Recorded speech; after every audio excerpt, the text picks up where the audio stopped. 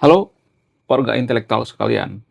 Amerika menggagalkan rencana Iran membunuh kedubes Israel yang berada di Meksiko, guys. Wow, luar biasa.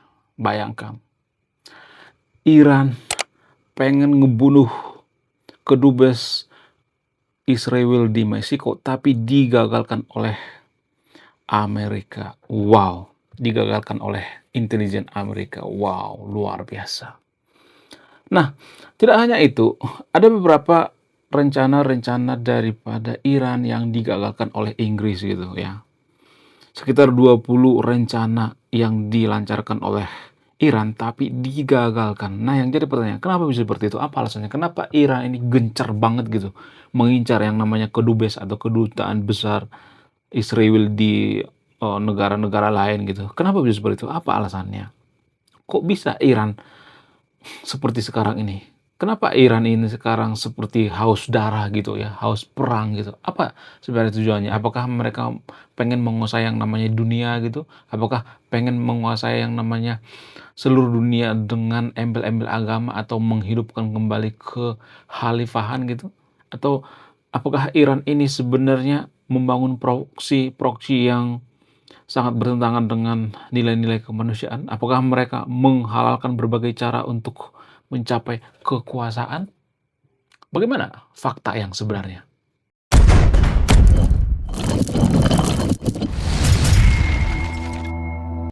Jadi kalau boleh jujur guys ya, saya perhatikan Iran sekarang ini sudah jauh berbeda dengan Iran yang dulu. Sangat jauh berbeda. Kalau saya perhatikan Iran yang sekarang ini adalah Iran yang haus darah gitu. Dikit-dikit pengen perang gitu. Dikit-dikit membunuh, mengincar gitu. Cari masalah terus gitu, nggak pernah introspeksi diri ya. Saya tidak berpihak pada agama tertentu di sini ya. Ini nggak ada hubungan dengan agama guys ya. Saya tidak berpihak pada agama Kristen ya. Jangan berpikir bahwa saya itu oten gitu. Saya penyepong Israel, enggak. Saya juga sering ngekritik Israel kok. Ya. Jadi jangan berpikir bahwa saya itu hanya membela atau menyepong Israel, enggak. Ya, kalau benar ya benar, kalau salah salah gitu ya. Kita sebagai kaum intelektual itu harus jujur. Karena gini guys, nggak selamanya suatu negara itu salah, nggak selamanya benar gitu. Jadi pada posisi seperti ini ya, rencana daripada Iran membunuh kedubes Israel yang ada di Meksiko ini menurut saya ini perbuatan yang sangat biadab sekali gitu ya. Kenapa? Karena nggak bisa diterima dengan akal sehat.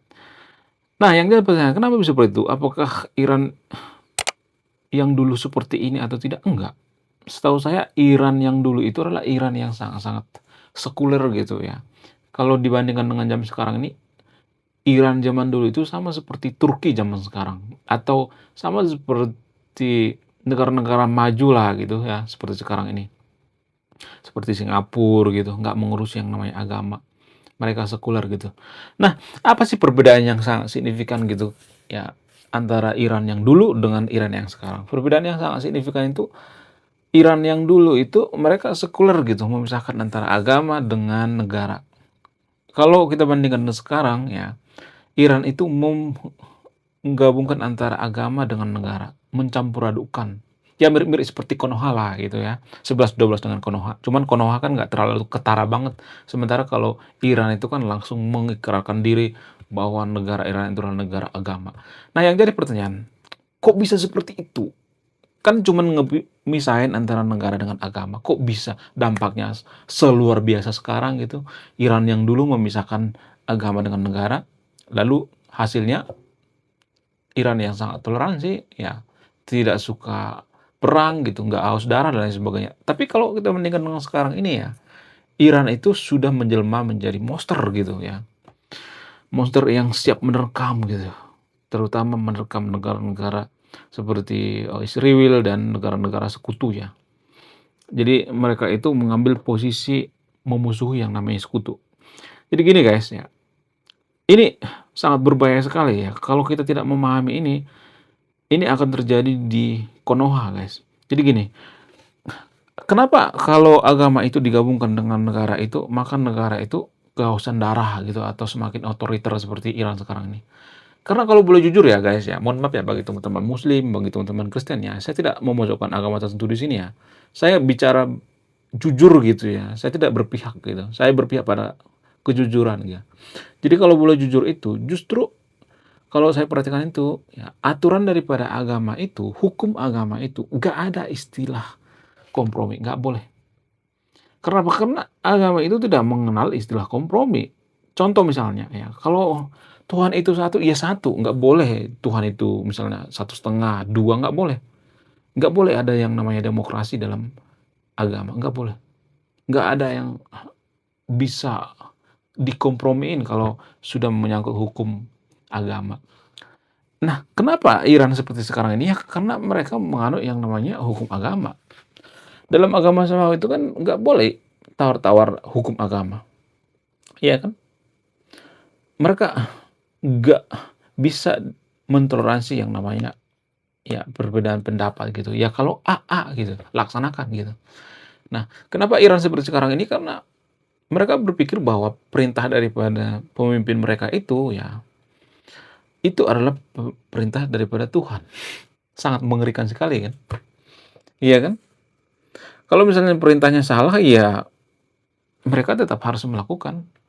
Bagi mereka perintah daripada negara itu atau perintah daripada kepala negara itu adalah perintah daripada Tuhan gitu. Nggak boleh dikompromi. Ya karena dalam agama itu kan nggak boleh mengatakan, oh boleh nggak Tuhan itu 2 atau 3? Ya boleh nggak kita diskusi dulu gitu ya. Ya atau kita misalnya nih ya diskusi sama ya orang yang memegang otoriter agama. Boleh nggak kita diskusikan dulu ya kebijakan-kebijakan? Nggak boleh. Karena ini perintah Tuhan, perintah agama gitu. Itu yang pertama. Agama nggak mengenal yang namanya kompromi, guys. Nggak mengenal yang namanya demokrasi. Makanya, kalau kita menggabungkan negara dengan agama itu, maka demokrasi tidak akan berjalan. Kenapa? Karena negara itu kan nggak nyambung dengan demokrasi. Nggak ada istilah demokrasi dalam agama. Nggak ada. Justru agama itu menghancurkan yang namanya demokrasi. Nggak ada hubungan agama dengan republik. Nggak ada itu. Agama justru menghancurkan yang namanya republik. Kenapa? Karena dalam agama itu nggak boleh kompromi. Nggak boleh sama sekali. Contoh misalnya kalau misalnya nih pemerintah Iran mengatakan bahwa Israel itu laknat, Israel itu sesat, Israel itu harus dimusnahkan dari muka bumi ini. Mana dalilnya? Mana ayatnya? Dikasih ayatnya tuh ya. Ya ayat-ayat kebencian misalnya nih ya, ada di kitab suci agama tertentu di Konoha misalnya ya, atau kitab suci orang-orang Iran misalnya. Oh ini dalilnya nih, ya, kebetulan ada dalilnya gitu ya. Maka mereka akan memerangi itu yang namanya Israel. Kenapa? Karena itu perintah daripada Tuhan. Semengerikan itu ternyata tanpa kita sadari. Cuman kalau saya ngomong seperti ini nanti saya dikata-katain, oh kamu itu benci agama. Enggak, saya enggak benci agama. Kalau agama itu mengajarkan yang namanya kedamaian gitu ya. Kalau agama itu mengajarkan yang namanya kasih sayang gitu, kemanusiaan gitu. Saya nggak ada masalah dengan agama. Ya. Cuman permasalahannya kan kadangkala kita itu dibius oleh agama gitu, dihipnotis oleh dogma-dogma agama sehingga kita nggak sadar gitu. Jadi orang-orang Iran itu banyak yang nggak sadar bahwa mereka itu diperalat oleh agama gitu. Melalui apa? Melalui ya pemuka agama dan melalui negara gitu. Negara memanfaatkan agama itu untuk kepentingan pribadinya. Ya, contoh misalnya nih pemimpin Iran itu punya ambisi untuk menghancurkan Israel misalnya. Lalu dia ngajak-ngajak masyarakat Iran dengan cara apa? Dengan cara ngambil dalil-dalil dari kitab suci. Ya, sesimpel itu.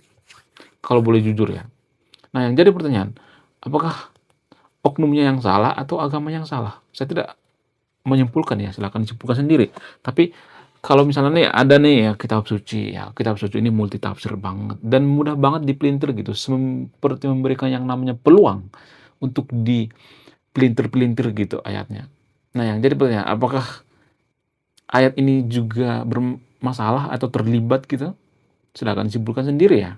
Saya tidak akan bisa mau menyimpulkan ya, karena kalau saya menyimpulkan itu saya berpihak. Jadi di video ini saya tidak berpihak ya. Anda harus mandiri secara intelektual.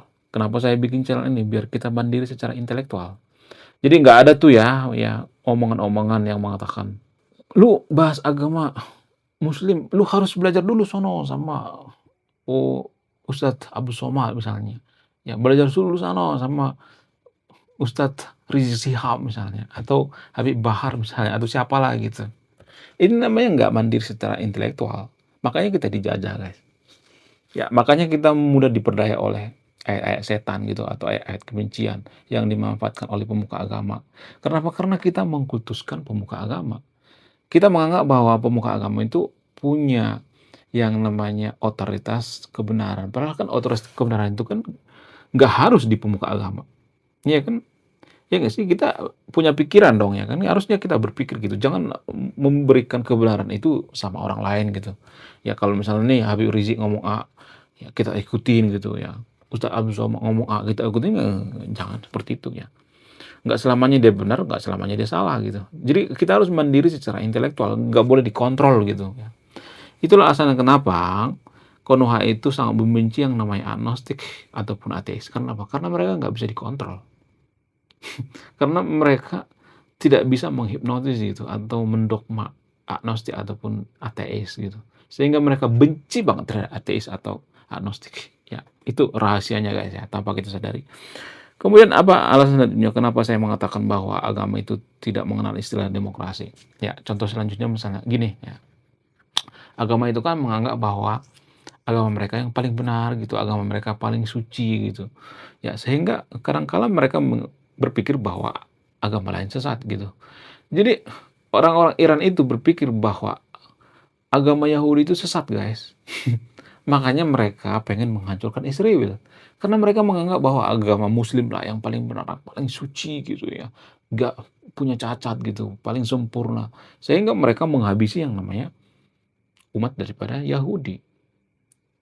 Ya, itu alasan yang paling masuk akal. Karena apa? Karena mereka berkaca pada masa lalu gitu ya. Mereka menerjemahkan kitab suci itu dengan amarah gitu. Sehingga mereka mencari pembenaran dengan ayat-ayat permusuhan gitu, ayat-ayat kebencian, ayat-ayat perang dari kitab suci. Ya, mudah banget dipelintir gitu. Ya, seakan-akan kitab suci itu memberikan peluang ya, mudah banget dipelintir-pelintir atau semacam multi tafsir gitu sehingga apa? Sehingga orang pada bingung, ya apakah ini benar atau tidak gitu. Jadi itu guys ya. Agama itu tidak pernah mengajarkan bahwa agama orang lain itu benar, nggak ada ya. Jadi itu artinya nggak bisa dikompromi ya. Nggak bisa dikompromi artinya nggak demokrasi. Makanya demokrasi dengan agama itu selalu berbenturan gitu. Nggak bisa dikompromi. Ya, rata-rata kan orang yang menganut daripada agama samawi itu, ya mohon maaf bagi teman-teman Kristen ya. Rata-rata mereka itu menganut paham seperti ini ya, doktrin seperti ini, bahwa agama saya yang paling benar, agama saya yang paling suci, agama lain sesat dan sebagainya ya. Kemudian dalam agama kan dilarang gitu ya berpikir kritis. Kenapa? Karena ini sangat berbahaya sekali kalau kita berpikir kritis. Kenapa kita dilarang berpikir kritis? Biar kita bisa didogma gitu. Katakanlah misalnya dogma itu seperti menghipnotis gitu ya. Ada semacam obat untuk menghipnotis bikin kita tidur gitu ya. Kalau kita berpikir kritis kan bisa sadar tuh dari tidurnya. Justru agama itu menghipnotis seseorang itu untuk atau seseorang itu untuk mabuk agama gitu. Ya. Jadi dalam hal ini saya melihat orang-orang Iran itu adalah orang-orang yang mabuk agama gitu. Karena apa? Karena mereka nggak bisa berpikir kritis. Padahal zaman dulu ya kalau saya perhatikan Iran itu dipenuhi oleh ilmuwan-ilmuwan. Tapi kalau sekarang saya perhatikan nggak ada tuh ilmuwan-ilmuwan daripada Iran. Sangat jarang sekali. Ya, justru lebih banyak dari Turki ya. Apa sih alasannya? Ya karena menggabungkan agama dengan negara. Ini sebuah simalakama, guys. Ini semacam tragedi gitu kalau misalnya ya, semacam bencana kalau kita menggabungkan agama dengan negara. Nggak bisa. Nggak bisa, guys. Sangat berbahaya sekali kalau digabungkan antara agama dengan negara ya. Tapi disclaimer on ya, saya tidak nyuruh yang nonton video untuk menyembah yang namanya sekularisme. Enggak. Saya tidak mengatakan seperti tapi setidaknya kita berpikir kritis gitu ya. Itulah alasannya kenapa orang-orang Iran itu mengincar yang namanya dubes daripada Israel itu sendiri. Kenapa? Karena mereka menganggap mereka lah yang punya kebenaran gitu. Orang lain tuh nggak benar. Kita yang paling benar gitu. Sehingga Iran itu menciptakan yang namanya proksi-proksi ya seperti Hama. Ada banyak itu ya. Hizbullah ya dan lain sebagainya ada banyak-banyak itu proksi-proksi. Mereka mendanai proksi-proksi ini untuk apa? Untuk ya menguasai yang namanya Timur Tengah. Ketika mereka menguasai Timur Tengah, maka mereka akan menguasai Asia. Ketika mereka menguasai Asia, maka akan menguasai seluruh dunia. Jadi ini teknik untuk menguasai, tahu guys ya. Agama itu dijadikan untuk menguasai. Setelah kita dikasih agama, kita terhipnotis, ya, lalu kita tidak bisa berpikir kritis, maka kita akan mulai dikontrol. Ya, jadi musuh daripada agama itu adalah berpikir kritis ya kalau saya perhatikan ya. Nggak semua agama ya, tapi hanya agama tertentu di Konoha ya. Ini bukan di Indonesia ya, tapi di Konoha ya, karena orang Indonesia itu anti kritik. Kemudian apalagi yang mempengaruhi kenapa saya mengatakan bahwa agama itu justru bertentangan dengan demokrasi.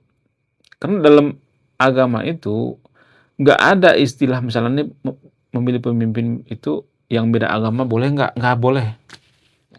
Harus seiman. Kalau nggak seiman, oh masuk neraka, oh nanti hukumannya seperti ini, nggak boleh. Ini sangat berbahaya sekali. Ya, cuman banyak orang yang nggak sadar gitu. Kalau kita memilih pemimpin yang seiman itu semuanya misalnya di Konoha nih ya, berprinsip semua agama berprinsip pilihlah pemimpin yang seiman, kan kacau kan? Iya nggak sih? Jadi ini prinsip dari mana? Dari agama dong. Makanya demokrasi itu bertentangan dengan pilihlah pemimpin yang seiman. Demokrasi mengatakan nggak seperti itu. Kalau dia punya kinerja, punya reputasi, ya udah sok aja nggak jadi masalah. Nggak harus seiman. Itu yang ketiga ya. Kemudian apalagi yang mempengaruhi kenapa saya mengatakan bahwa dalam agama itu nggak ada istilah yang namanya kompromi gitu. Ya, yang ada adalah otoriter gitu. Kalau misalnya kita memilih pemimpin itu ya dalam agama itu kan nggak diatur misalnya periodenya gitu. 3 periode, 2 periode, atau 1 periode nggak ada tuh. Dalam agama itu ya, kalau jadi pemimpin itu ya selamanya gitu, sampai dia tua. Dan ini yang mempengaruhi kenapa banyak ya di negara yang mayoritas, mohon maaf ya bukan teman-teman muslim ya, seperti misalnya zaman kekhalifahan gitu. Itu kan seperti zaman kerajaan ya kalau nggak salah ya. Itu kan nggak ada periode nih ya. Makanya ada bunuh-bunuhan tuh ya. Ali Abu Thalib kalau nggak salah itu dibunuh ya. Utsman dan lain sebagainya itu dibunuh ya. Karena apa? Karena mereka berebut kekuasaan. Jadi dalam kekhalifahan itu nggak ada istilah periode-periode, 2 periode, 3 periode, nggak ada ya. Jadi selama dia masih sehat, hidup, maka dia akan tetap berkuasa sampai akhir hayatnya. Sehingga banyak orang yang bosan tuh ya, ketika misalnya nih sudah sampai 10 periode misalnya, nggak ganti-ganti misalnya. Kan banyak tuh yang bosan ya, kok kamu terus yang memimpin, gantian dong gitu. Sehingga terjadi yang namanya bunuh-bunuhan. Ya, mereka berebut yang namanya kekuasaan. Karena manusia itu ya kalau boleh jujur ya, ada rasa bosannya juga ya kalau misalnya pemimpin itu terlalu lama. Seperti Soeharto misalnya, zaman dulu kan Soeharto digulingkan tuh karena merasa bosan ya, karena sudah kelamaan gitu. Iya kan? Ya kalian gimana? Coba tulis di kolom komentar ya. Nah, jadi kalau misalnya pemimpin kita itu adalah pemimpin daripada agama gitu, dipilih oleh agama, maka kita itu akan sering bunuh-bunuhan gitu. Karena tidak ada yang namanya demokrasi, nggak boleh dikompromi. Oh, 3 periode aja ya, 2 periode nggak ada seperti itu ya. Jadi demokrasi itu musuhnya ya prinsip daripada agama kalau boleh jujur ya. Karena dalam agama itu nggak ada istilah kompromi, nggak ada. Kemudian apalagi ya, pemimpin itu ya harus benar-benar sealiran dengan kita gitu atau seiman gitu. Nggak boleh memilih pemimpin yang lain ya. Kemudian uh, kita membantu yang seiman terus gitu ya. Kalau yang beda iman kita nggak bantu ya. Kita nomor duakan gitu. Biasanya dibantu tapi nomor duakan gitu.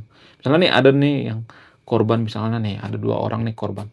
Satu beragama Kristen, satu beragama Muslim misalnya. Misalnya kaum Muslimin ya membantu yang Muslim dulu ya, baru yang Kristen. Itu nggak usah di inilah ya. Ya Muslim di Konoha kan seperti itu ya. Nggak usah dibantah lah ya. Itu sudah rahasia umum. Ya. Jadi kita itu benar-benar sudah ini guys, sudah sekarat guys dalam berperi kemanusiaan. Justru agama lah yang menghancurkan peri kemanusiaan kita. Ya. Jadi agama lah yang mempengaruhi atau menghambat kemajuan suatu bangsa. Kenapa saya mengatakan seperti itu? Apakah saya salahkan agamanya? Enggak. Tapi banyak prinsip-prinsip agama itu yang mempengaruhi pola pikir kita, keputusan kita, cara makan, cara minum, cara tidur gitu. Banyak banget pola pikir kita itu yang dipengaruhi oleh agama. Jadi kalau ada orang yang mengatakan agama itu tidak mempengaruhi kemajuan suatu bangsa, itu adalah orang yang sangat-sangat tolol sekali gitu, yang nggak punya pikiran gitu. Justru banyak keputusan kita sehari-hari itu dipengaruhi oleh agama, cara makan, cara minum. Kenapa di Konoha itu orang nggak makan babi? Ya karena dipengaruhi agama lah, apalagi ya kan. Jadi kita itu terlalu naif ya, terlalu munafik kalau ada orang mengatakan nggak ada hubungannya agama dengan kemajuan suatu bangsa. Ada, siapa bilang nggak ada? Banyak keputusan kita, pola pikir kita itu dipengaruhi oleh agama. Ya justru agama paling berpengaruh. Makanya Iran itu kacau karena apa? Karena mereka menggabung-gabungkan antara agama dengan negara ya.